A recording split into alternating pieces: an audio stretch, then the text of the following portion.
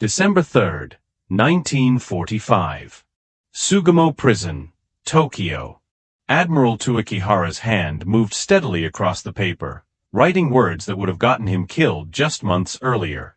This former commander of Cruiser Division 5, a veteran of 7 major naval battles, was writing down a truth he'd suspected ever since he saw the carnage at the Philippine Sea.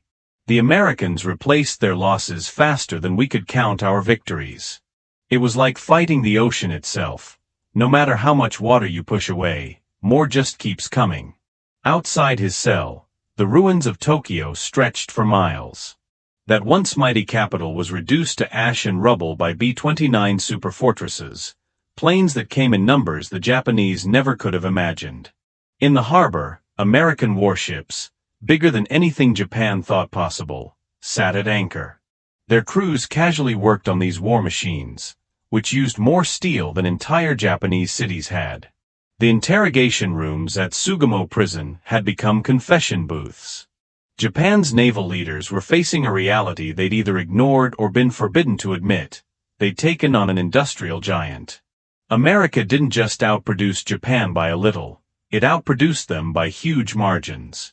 The stories they told to the United States Strategic Bombing Survey weren't just about military defeat. They revealed the total fantasy of competing with America's industrial power.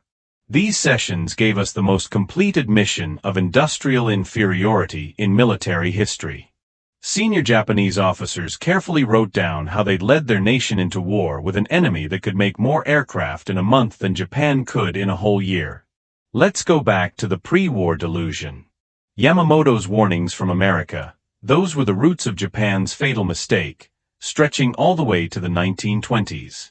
Admiral Isoroku Yamamoto, who later planned the Pearl Harbor attack, spent 2 years at Harvard University from 1919 to 1921 and another 2 as a naval attaché in Washington. When he came back to Japan, he sounded the alarm, but no one listened. In a letter from January 1941 to Navy Minister Koshiro Oikawa, Yamamoto wrote, "Anyone who's seen Detroit's auto factories and Texas's oil fields knows Japan doesn't have the power to compete with America in a naval race.